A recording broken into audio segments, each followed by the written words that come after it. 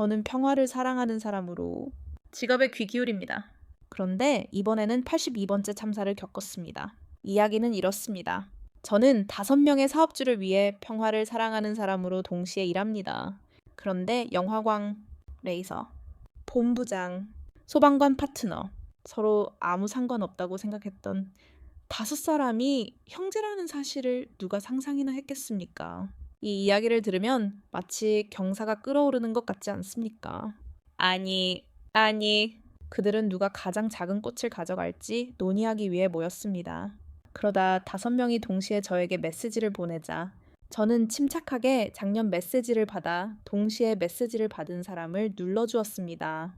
5사람의 목소리가 모두 같았고 방 안의 분위기는 극도로 무거워졌습니다.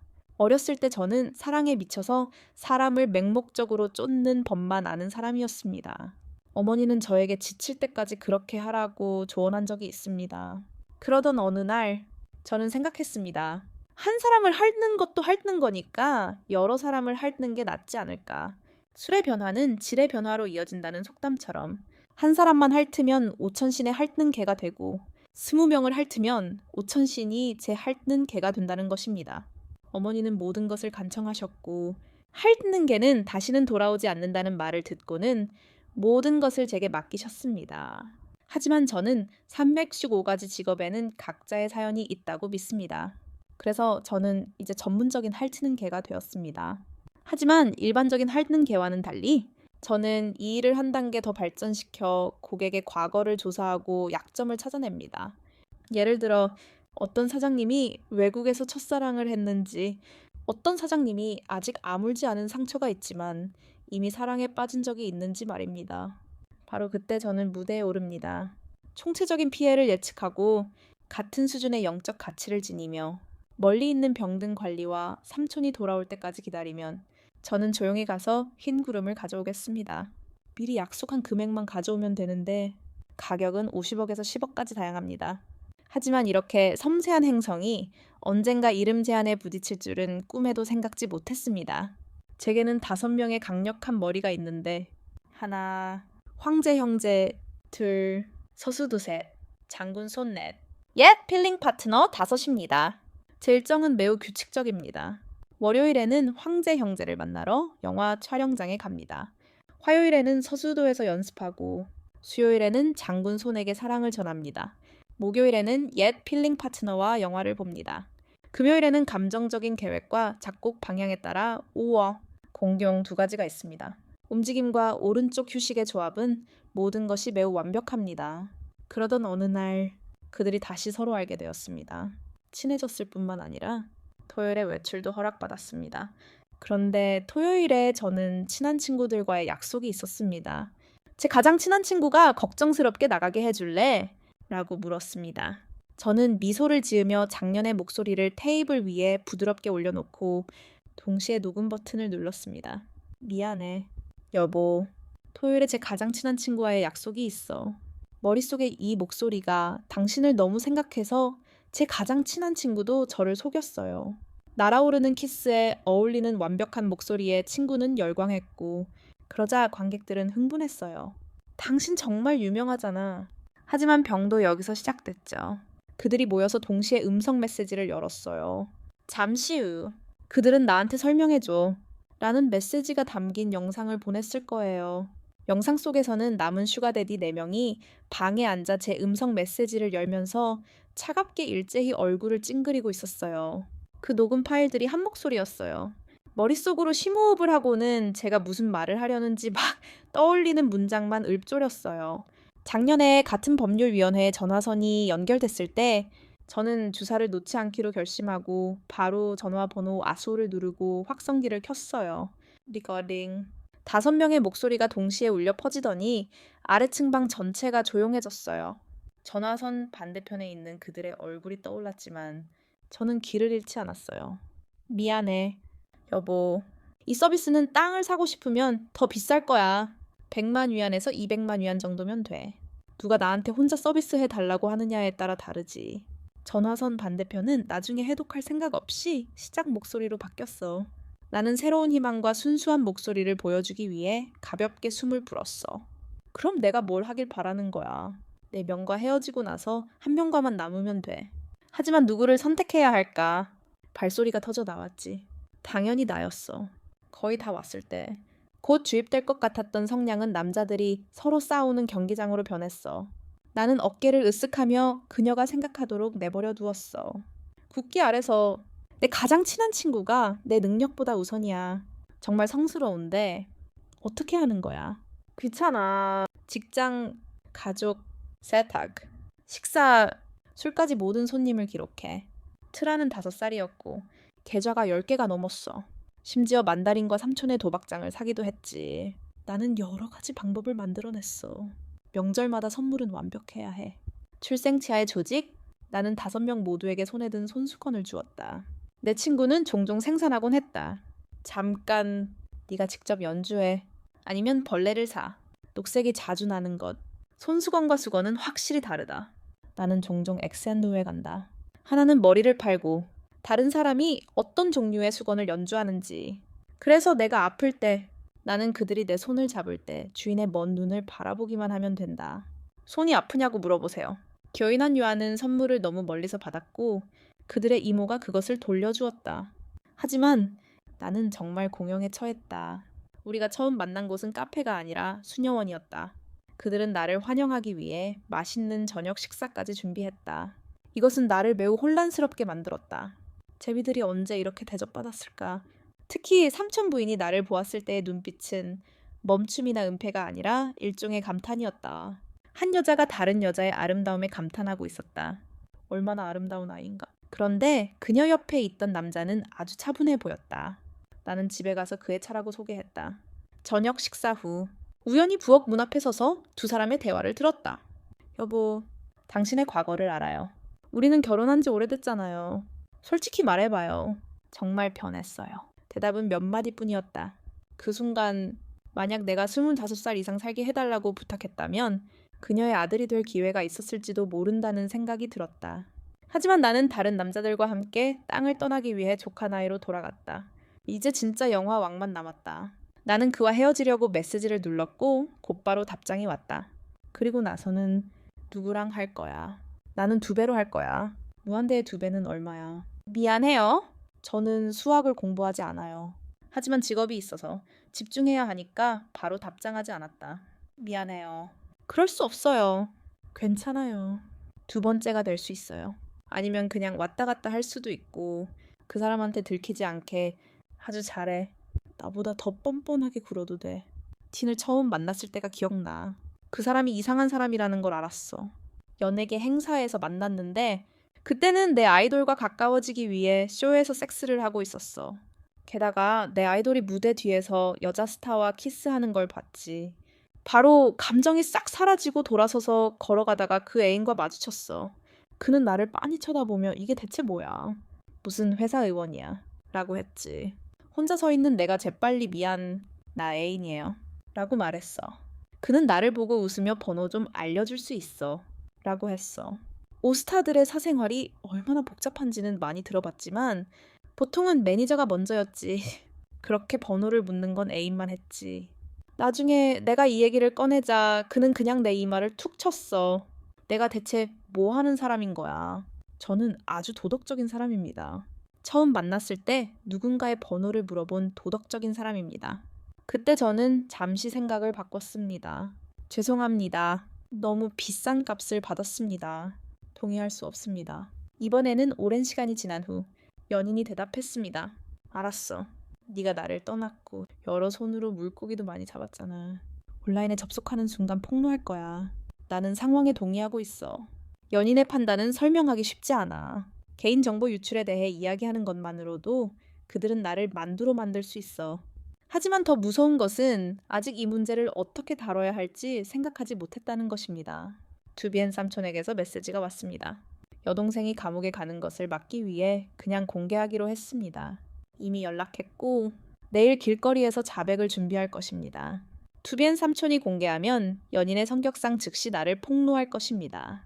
그 후 투비엔 삼촌은 화를 내고 헤어질 것이고 저는 온라인에 던져지고 네티즌들에게 무자비하게 비난받고 도덕성이 없는 여자라는 딱지를 붙일 것입니다. 네가 여기 왔을 때 저는 온몸이 추웠고 시간은 빠르게 흘러 거의 저녁이 되었습니다. 개인 병원에서 제게 준비되었는지 묻는 메시지를 보냈습니다. 인터넷에 일련의 게시물이 나타나기 시작했고 오늘 누군가 도움을 요청했습니다.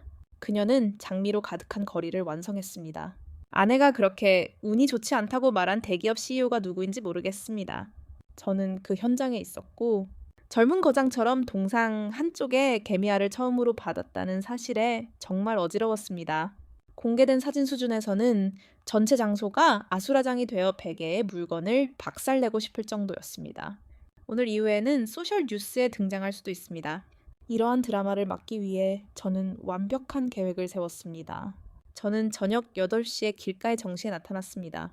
사방이 싱싱한 꽃으로 반짝였고 지붕은 텅 비어 끈적끈적했으며 평면 스크린에서는 러브라인이 흘러나왔다. 상상할 수 없을 만큼 사치스러운 것은 없었다. 카메라를 든 사람도 없었고 지붕은 물에 잠겼다. 하지만 내가 등장하자 관객석은 온통 조용했다. 리틀 투 비엣은 지붕 위에서 마치 숨이 막힐 듯 나를 뚫어져라 쳐다보았다. 이거 내 멋진 옷차림이야. 나는 첫 번째 연극을 계속했고 선글라스가 재빨리 고개를 숙일 정도로 당황했다. 머리부터 발끝까지 가려진 모자, 목도리, 가면, 선글라스를 기다리고 있었다. 리틀 투 비엣은 숨을 들이쉬고 나를 쿡 찌르며 뭐 하는 거야? 라고 물었다. 나는 언덕을 세게 치고 나갔다. 내 목소리는 너무 애처로웠다. 너무 많은 사람들이 두려워했고 사교적인 상황에 처해 있었기 때문이다. 그래서 그날 밤 네티즌들은 그것만 알았다. 그 로맨틱한 고백의 주인공은 머리부터 발끝까지 가려진 사람이었다. 10m 떨어진 곳에서 서 있었는데 누워있는지 아닌지 알 수 없었다. 반달 동안 아무런 소식 없이 꼼꼼히 지켜보고 있었습니다. 그가 다시 저를 찾아오지 않았으면 좋았을 텐데요. 이번 주말에도 리틀 투 비엣과 데이트를 해야 합니다. 한과 그는 가장 겸손한 사람입니다. 하이힐을 신을 필요도 없고 편안한 옷만 입으면 됩니다. 그래서 제가 가장 혼란스러운 이유이기도 합니다. 솔직히 말해서 전에는 제가 주로 사업주의 병든 고관들을 연기하는 것이었습니다. 예를 들어 학자들의 병든 고관들이 미술을 공부하러 갔을 때 두 사람이 봄에 미술시장에 가려고 했습니다. 그래서 저희도 예의를 갖춰 미술시장에 가야 했습니다. 미술시장은 제가 하품을 하고 또 하품을 하는 동안 이상한 수준을 보여줬지만 그래도 또 서로 붙어 있어야 했습니다. 어쨌든 사람들이 돈을 냈으니 저는 그 대가를 치르기 위해 봉사해야 했습니다. 그래서 행복한 날 전에 잠에서 깨어 진실을 되짚어 보는 것도 당연한 일이었습니다. 스님의 옷을 벗기고 그의 고관을 판사로 삼은 파트너가 있었고 그와 함께 두 사람이 봄에 각자의 행복한 날 동안 사건을 취재하려고 했습니다. 그 여자애만 유명하지도 않은데 결국 다 가져갔어요. 그래서 그 스폰서와 함께한 시간은 차 안에서 법정을 지켜보는 것으로 바뀌었어요. 왕실 근위병이 되는 것도 쉽지 않은데 저처럼 경력을 쌓는 왕실 근위병은 더 힘들죠. 투 비엣이라는 사람이 제일 이상해요. 그는 하얀 식권도 없고 데이트하는 것도 이상하게 안 좋아해요. 우리가 데이트하는 건 그냥 술 마시거나 영화 보거나 제가 하고 싶은 대로 하는 거예요. 어떻게 만났는지 말하자면 그날 저는 길을 걷다가 우연히 작은 투 비엣의 차에 부딪혔어요. 그는 길 잃은 개였는데 실수로 제 차를 막아야 했어요. 그때 저는 스폰서를 만나려고 서둘렀는데 스폰서가 모자를 쓰고 창을 든 사람이라 어쩔 수 없이 11인치 하이힐을 신어야 했어요. 결국 정신을 잃고 넘어졌죠. 차로고를 봤을 때 분명 중상을 입을 거라는 걸 알았어요. 그가 고개를 돌려 차에 너무 가까이 다가가서 그의 차를 다치게 하지 말라고 하면 어쩌지. 나는 이 차를 참을 수 없었기 때문에 베트남인이 차에서 내렸을 때 그는 내가 바닥에 뒹굴며 고통스럽게 신음하는 것을 보았다. 괜찮아.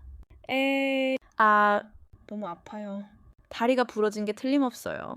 하지만 나는 너무 대담해서 그는 즉시 나를 베트남 병원에 가고 싶다고 말했다. 내 인생에서 처음으로 공주처럼 고급차에 실려갔지만 베트남 병원으로 옮겨졌다. 검사하고 수십 번의 CT 스캔을 한 후 의사는 내가 괜찮고 매우 건강하다고 확인했다. 의사의 말을 듣고 나는 부끄러워 고개를 숙이고 이 남자를 막았다. 나는 거짓말쟁이였다. 정말 의사님, 확실합니까? 그녀는 여전히 통증을 호소하는데 뇌출혈일 수 있습니까? 이는 뇌출혈이고 이는 신체 검사를 위해 예약을 하겠습니다. 나는 충격을 받고 멈췄지만 의사와 말다툼을 하고 있었다. 창문 너머로 남자의 얼굴이 비쳐 그의 몸을 거짓빛으로 뒤덮었다. 그 순간 나는 이 남자가 바보, 탐정, 사기꾼이라는 것을 알았다. 결국 그는 돈 문제로 나를 쫓아다니지도 않고 명함까지 건넸다. 몸 상태가 안 좋으면 연락해. 그러고 나서 그가 내게 말했다. 그녀가 먼저 갈 거야. 나랑 놀아줘. 내가 집에 데려다 줄게. 그때야 나는 깨달았다. 가게 주인이 나무를 흔들게 하고 꺼내보니 주인이 이미 내 번호를 확인하고 있었다. 나는 곧바로 울음을 터뜨렸다. 내 일자리가 없어졌다. 일자리가 있는데 울면서 걱정스럽게 내가 뭘 하는지 물었다. 큰 가게의 슬픔에 나는 모든 의지를 잃었고 내가 기생충이라고 말했다. 그는 나를 돌보기 위해 들어왔고 그 조용한 분위기 속에서 나를 집으로 데려갔다. 하지만 내가 채서 내리자 그는 갑자기 나를 불렀다. 네! 일자리가 없어지면 내가 가져갈게. 내가 가져갈게. 그렇게 말하며 그는 명함을 꺼냈다. 그거 그냥 공짜 타령하는 거 아니야. 나한테서 받아가도 돼. 그때부터 지금까지 나는 공짜 타령하는 거야.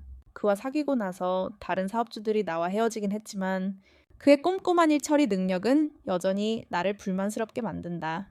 너희 은월 관리가 이상하잖아. 누구야? 하고 묻고 싶을 때도 그랬다. 그의 소식을 듣고 따라 해보려고 해도 전혀 불만이 없었다. 영화관을 나서면 사소한 일들이 줄어들고 쇼핑을 간다. 마치 이런 식이다. 옷은 충분히 샀어. 이 세상에 우리 사업주만큼 세심한 사람이 또 있을까? 눈물이 핑 돌았다. 그때 누군가 뒤에서 작은 일들을 불러냈다. 베트 형님, 뉴스 보자마자 바로 집으로 돌아왔어요. 그 후에 다른 여자를 사랑해도 돼요. 내 레이더가 갑자기 노랗게 변했다. 알려주세요. 이게 관리의 귀환인가요? 돌아서서 보니 소녀의 얼굴이 보이자마자 하인 뒤로 숨었다. 그 사람도 나를 알아보고는 깜짝 놀라 눈을 크게 떴다. 내 사촌 여자친구 아니야. 맙소사. 그 학자의 여동생이라니. 더 무서운 건 전에 화상 통화할 때 실수로 테스트 프레임에 내가 잡혔다는 거야. 바로 하인의 손을 잡았는데 지금 발각되면 칼에 찔릴 게 뻔해. 브랜드 홍보대사로 비즈니스 행사에 참석한 지 얼마 안 됐거든. 그의 임시 에이전트인 나는 마치 바짝 뒤따라오는 두 사람처럼 행동했어. 때로는 마실 물을 주기도 하고 때로는 들고 있기도 했지. 그의 칭찬도 참아야 했고. 이봐, 예쁘지? 마음에 들어. 내가 사줄게. 그가 근처에 있던 여자 연예인을 가리켰다. 나는 흘끗 보고 희미하게 미소 지었다. 괜찮아. 딱히 생각나는 사람 없어. 누구? 둘째 삼촌이라고 하지 마. 나는 탄티의 눈을 똑바로 바라보았다. 그는 가짜인 척하고 있었다. 순간 내가 잘못했나. 이런 식으로는 절대 큰딸을 쫓을 수 없을 것이다. 화장실에 가려고 일어서려던 나는 갑자기 군중 속에서 익숙한 인물을 알아봤다. 둘째 삼촌이었다. 정장을 입고 길을 찾고 있었다. 다른 평민들 사이에서 그는 리두방리 두 준을 들고 있었고 그의 옆에는 사람들이 모여 웃으며 축하하고 있었다. 삶 속 군중 속에서 고귀한 품성이 닭장 속 씨앗처럼 튀어나왔다. 그가 이쪽으로 돌아오려는 순간 나는 곧바로 양심의 가책 뒤에 숨었다. 그가 또 왔다. 누구인가? 둘째 삼촌인가? 그는 이 행사의 주최자 중 한 명이었다. 참석하는 건 당연한 일이었다. 공식적인 자리였다. 오늘 오후 둘째 삼촌이 업무 관련 행사에 참석한다는 문자를 보냈다. 하지만 그의 일정이 이미 바쁠 줄 알았기에 집중할 수가 없었다. 그런데 뜻밖에도 같은 행사였다. 시간을 계산하며 의식이 끝나서 준비를 할 수 있기를 바랐다. 결국 끝이 났다. 탄탄은 너무 유명해서 공영에 처할 일이 없어서 먼저 나가야 했다. 나는 늦게 일어나는 것을 피하기 위해 사람들이 한산한 회의실에 앉아 있었다. 마치 그때 그의 매니저가 문을 열고 들어왔다. 총지배인이 다가와 너에게 뭔가 물어보고 싶다고 했지만 나는 창녀처럼 통역하며 비켜주지 않았다. 탄탄은 다과회가 있는 타르시를 가리켰고 나는 재빨리 몸을 숙여 숨었다. 얼마 지나지 않아 티엔이 앞으로 나왔다. 오랜만이다. 정말 투비엔의 목소리였다. 탄탄도 일어서며 미소 지었다. 오랜만이다. 마지막으로 올라온 사람은 아마도 우리가 같은 여자친구가 있다는 것을 알았을 때였을 것이다. 나는 주먹을 꽉 쥐었고 연구원은 쉬고 있었다. 이 춤은 고통과 땀에 집중되었다. 나는 다가오는 삼촌을 바라보며 조심스럽게 그림을 그렸다. 그는 미소를 지었지만 화난 것 같지는 않았다. 너와 달의 이빨 사이에 무슨 일이야? 나는 바람이 많이 부는구나. 그 말을 듣고 탄탄도 미소를 지었다. 너희 둘은 어때? 무슨 일이 있어도 나는 너희를 이용하지 않을 거야. 말을 하고 투비엔 삼촌은 돌아서서 나갔다. 탄탄도 작별 인사를 하려고 손을 내밀었다. 어머니는 골프 치러 갈래? 라고 큰 소리로 외쳤다. 그가 떠난 것을 깨닫고 나는 사찰에서 기어 나왔다. 탄탄은 가슴으로 춤추며 나를 바라보며 더욱 미소 지었다. 끝났어. 두려운 거야. 네, 밑바닥 재정 주인이 도망칠까봐. 아니면 그가 속일까봐 두려운 거야. 그게 너와 무슨 상관이야. 앞으로 조용히 가지 마. 나는 밤에 이사할 건데 탄탄이 나한테서 도망쳤어. 끝났어. 감동했어. 예전 같지 않아. 정말 고맙다. 우리가 오랫동안 알고 지낸 사이니까 앞으로 협력할 기회가 있을지 누가 알겠어. 끝났어. 네, 공식적인 병에 대해 후속 조치를 취할 수 있을지 자신이 없어. 이 말을 듣자 탄탄의 얼굴에 미소가 번졌다. 탄탄은 내 첫 재정 후원자가 아니었다. 사실 그는 내 첫 번째 고객이었다. 나와 그의 담당자가 연예계에서 유명했기 때문에 그의 얼굴이 매우 비슷했다. 그래서 그는 탄탄을 좋아했지만 그의 입은 인정하지 않았다. 그래서 탄탄이 나를 찾아와 탄탄이 속이도록 만들 수 있기를 바랐고 나는 대답했다. 결국 두 사람은 정말 친해졌지만 탄탄은 팬들이 상심할까봐 주도적으로 플레이했다. 그 후 탄탄은 다시 나를 찾아와 여전히 나를 기쁘게 하려고 노력했다. 이번처럼 탄탄은 다시 팔리기가 쉽지 않았고 다음 경기의 순위는 항상 그의 번호였다. 그러자 탄탄은 거리를 좁히기 위해 레벨업을 할 방법을 생각했지만 계약이 끝나자 티우타는 즉시 관계를 끊었다. 오늘 밤 행사에 참여했을 때 그는 티우탄의 오른쪽 몸만 가리키며 나를 위해 사고 싶다고 말했다. 나는 그가 티우탄의 원망스러운 눈빛을 두려워하는 것을 보았다. 그녀는 여전히 그를 좋아하고 있었다. 그가 계속 이렇게 한다면 그녀는 더 이상 그를 좋아하지 않을지도 모른다. 탄탄은 결국 물러섰다. 솔직히 말해서 그는 항상 자신의 직업이 매우 좋다고 느꼈다. 돈을 벌고 다른 사람들이 돈과 사랑을 벌도록 돕는 것은 정말 멋진 일이었다. 나를 업계의 거물이라고 부르는 대신 어쩌면 서정적인 연인이라고 부르는 것이 더 적절할지도 모른다. 내가 고객과 결혼식에 갈 때마다 그들은 항상 다른 사람들에게 보여주기 위해 우리 사진을 온라인에 올린다. 그 후 나는 그들에게 그들의 마음을 얻는 데 도움이 되는 9가지 전략을 조언할 것이다. 나는 오랫동안 노력했고 돈을 충분히 벌었고 내 검을 간직하기로 결심했다. 괜찮지 않은가? 신셔는 고개를 끄덕였다. 길은 많았지만 내가 지나가자 그는 내 손을 잡고 속삭였다. 하지만 내 마음속에도 누군가를 두고 있으니 조심해야 하고 잘못되지 않도록 해야 한다. 나는 다시 그 말을 듣고 그를 바라보았다. 신셔는 어깨를 으쓱하며 죄지은 껍질에게 말했다. 잘 모르겠어. 고등학교 때 그 애가 여자애를 좋아했던 것뿐인데 그 애가 전학을 갔어. 그 애는 오랫동안 슬퍼했지만 고등학교 시절 이야기였지.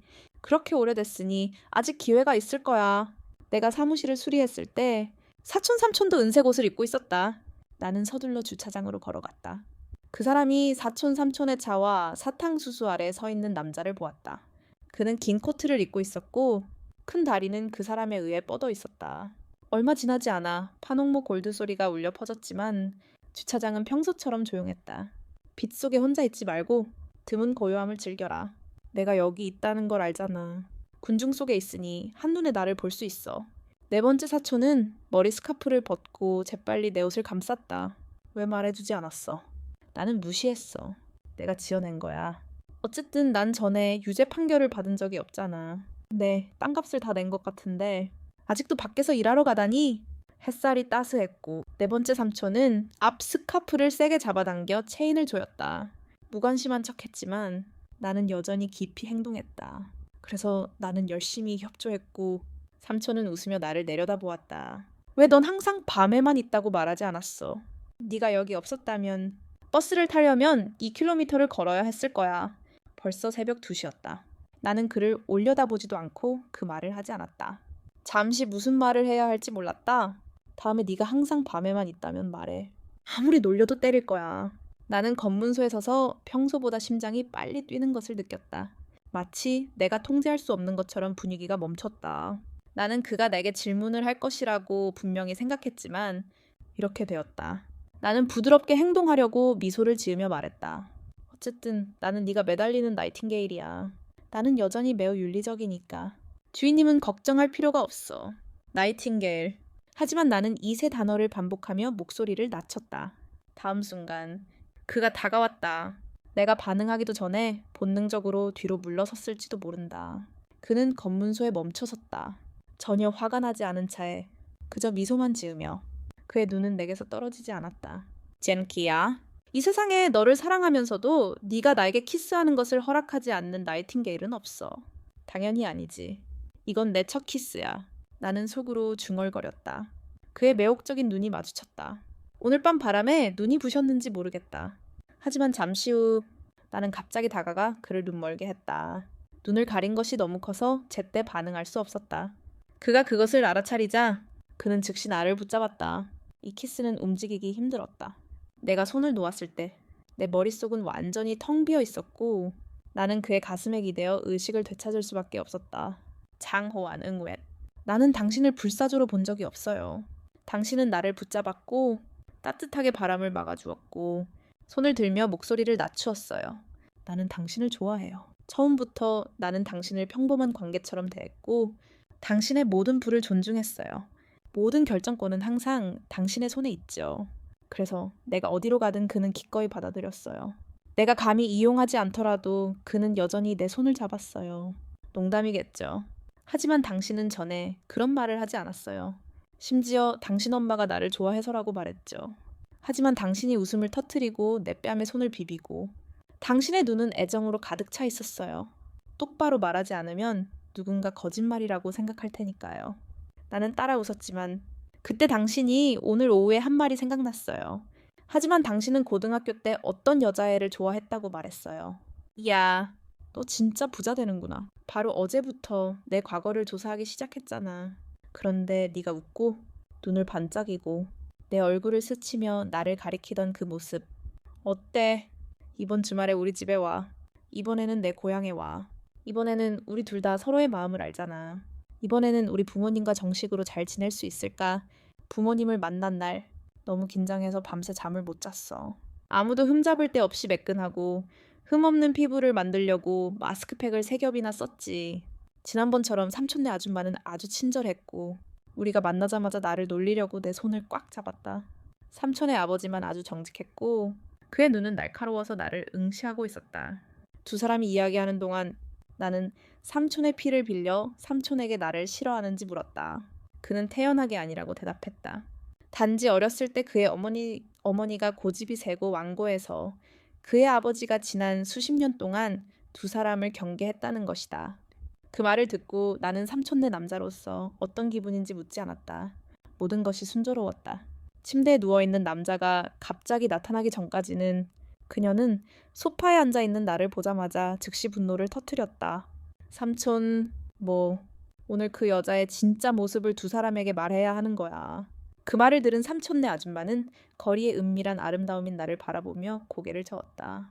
그녀는 잠시 말을 더듬었다. 목소리는 위험했다. 아직 의사를 소개할 수 있을 것 같았지만 너무 아름다웠다. 어머니, 좋은 솜씨 보여주셔서 감사합니다. 린닝은 주먹을 꽉 쥐고 말했다. 아니요. 어떤 삼촌이 그 사람이 어떤 사람인지 상상도 못하겠어요. 그냥 말이 많을 뿐이에요. 넷째 삼촌의 아버지도 흘끗 보셨죠. 네가 아랫사람을 말하는 거야. 나는 방금보다 더 빨리 고개를 저었다. 넷째 삼촌의 아버지는 말이 많으시다. 이게 무슨 소란인가. 그는 가슴을 두드리며 가볍게 숨을 들이쉬었다.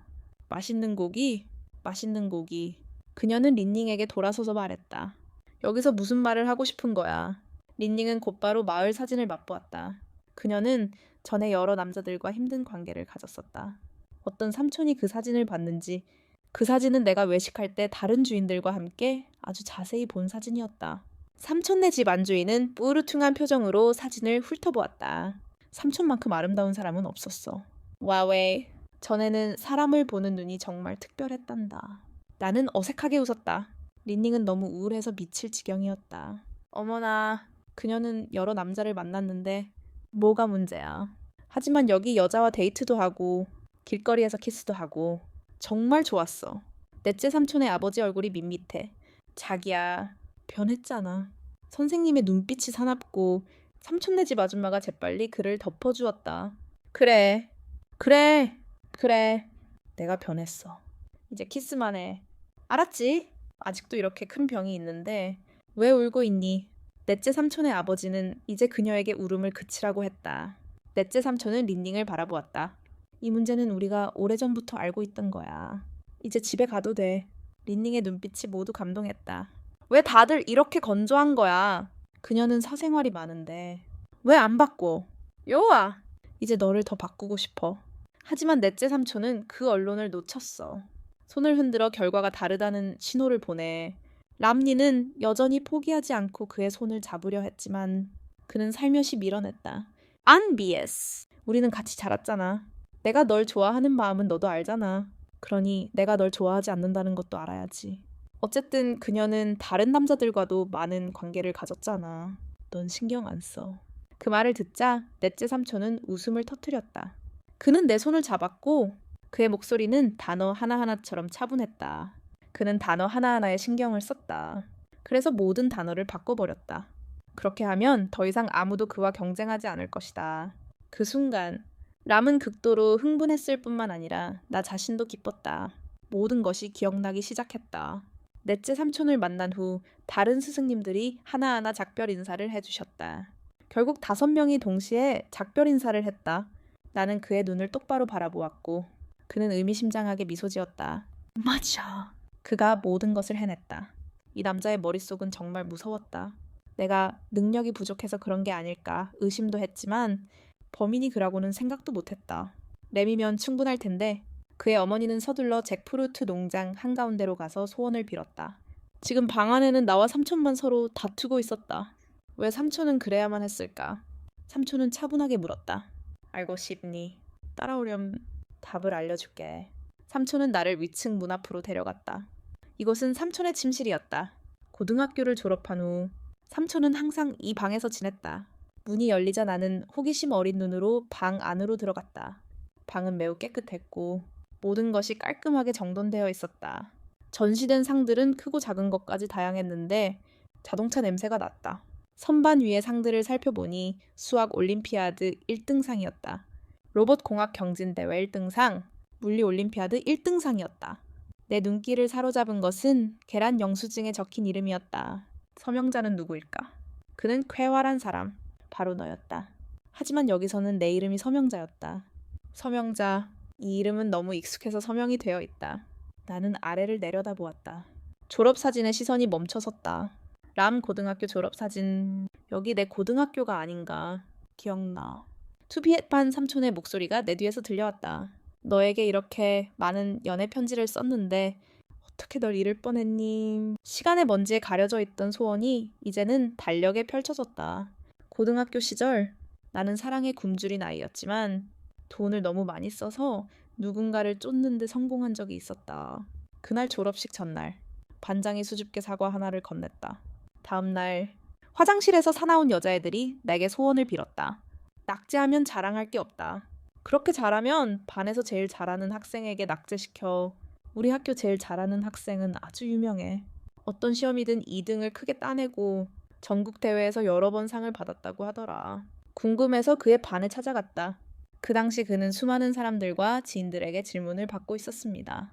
그의 얼굴을 흘끗 보니 정말 잘생겼다는 생각이 들었습니다. 그래서 그를 따라갔죠. 그래서 그의 노트에 연애 편지를 모두 넣었습니다. 하지만 그와 이야기를 나누기도 전에 이미 수업이 시작되고 있었습니다. 그 후 어머니가 전학을 강요하면서 그와의 연락이 완전히 끊겼습니다. 알고 보니 그였습니다. 맞아요. 그는 이미 오랫동안 저를 생각하고 있었습니다. 나중에 알고 보니 그는 이미 따뜻한 분위기 속에서 섹스를 했지만 저는 눈치채지 못한 것 같았습니다. 하지만 그가 항상 숨겨왔던 시험지들이 있었습니다. 그는 커다란 자물쇠를 열었고 그 안에는 제가 그에게 쓴 모든 연애 시험지가 들어있었습니다. 모든 것이 정성껏 발포되어 있었고 시신에는 방습제 한 봉지만 들어있었습니다. 너무 늦었네요. 오랜 세월이 흐른 빚의 굴레가 이렇게 놀랍고도 우스꽝스럽게 이어질 줄은 몰랐습니다. 하지만 조심스럽게 상자를 닫았고 그는 갑자기 저를 놓쳐버렸습니다. 전학을 온 후 저는 당신이 저를 좋아하는 줄 알았습니다. 너에게 연락하려고 온갖 방법을 다 써봤지만 실패했어. 그러다 외국에 가서 점쟁이를 만났지. 어떤 사람들은 웃었지. 저쪽 불빛이 닭의 입에서 나온 소리 같았거든. 맞아! 하지만 그때 널 너무 찾고 싶어서 한번 해볼까 생각했어. 그래서 그가 뭐라고 했지. 사랑이 좋다고 했더니 내 이름이 별로라 바꿔야 한다고 했어. 난 이름이 뭔지도 제대로 볼 수 없었지. 맞아. 하지만 내가 이름을 어떻게 바꿔야 할지 말하기도 전에 경찰이 그를 체포하러 왔어. 그는 가볍게 미소 지으며 내 이마를 살며시 만졌지. 마치 그때 널 정말 찾고 싶었던 듯이 한번 해볼까 생각한 듯이. 그래서 이름을 바꿨어. 하지만 이래. 그리워하고 싶어. 평범한 사람들이 이 페이지의 운율이란다. 그는 영원히 이 페이지의 운율을 그리워할 거야. 달과 우연히 잃어버린 사람을 그리워. 이야기를 들어주셔서 감사합니다. 이야기가 마음에 드셨다면 구독을 눌러 다음 에피소드를 시청하세요.